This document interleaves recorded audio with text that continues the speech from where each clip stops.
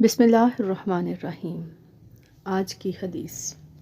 حضرت سلیمان فارسی بیان کرتے ہیں، رسول اللہ صلی اللہ علیہ وآلہ وسلم نے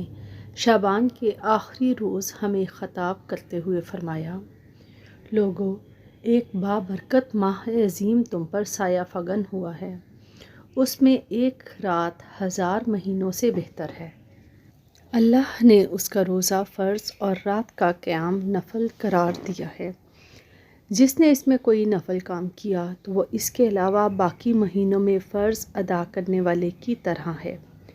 اور جس نے اس میں فرض ادا کیا تو وہ اس شخص کی طرح ہے جس نے اس کے علاوہ مہینوں میں 70 فرض ادا کیے۔ وہ ماہ صبر ہے، جبکہ صبر کا ثواب جنت ہے۔ وہ غم گساری کا مہینہ ہے، اس میں مومن کا رزق بڑھا دیا جاتا ہے۔ جو اس میں کسی روزہ دار کو افطاری کرائے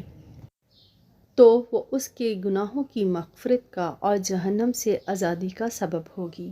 اور اسے بھی اسی روزہ دار کی مثل ثواب ملتا ہے، اور اس کے اجر میں کوئی کمی نہیں کی جاتی۔ ہم نے عرض کیا، اللہ کے رسول، ہم سب یہ استطاعت نہیں رکھتے کہ ہم روزہ دار کو افطاری کرائیں، تو رسول اللہ صلی اللہ علیہ وآلہ وسلم نے فرمایا، اللہ یہ ثواب اس شخص کو بھی عطا فرما دیتا ہے جو لسی کے گھونٹ یا ایک کھجور یا پانی کے ایک گھونٹ سے کسی روزہ دار کی افطاری کراتا ہے، اور جو شخص کسی روزہ دار کا شکم سیر کر دیتا ہے تو اللہ اسے میرے حوض سے پانی پلائے گا، تو اسے جنت میں داخل ہو جانے تک پیاس نہیں لگے گی۔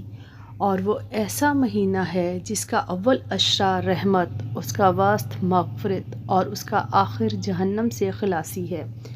اور جو شخص اس میں اپنے مملوک سے رعایت برتے گا تو اللہ اس کی مغفرت فرما دے گا اور اسے جہنم سے آزاد کر دے گا۔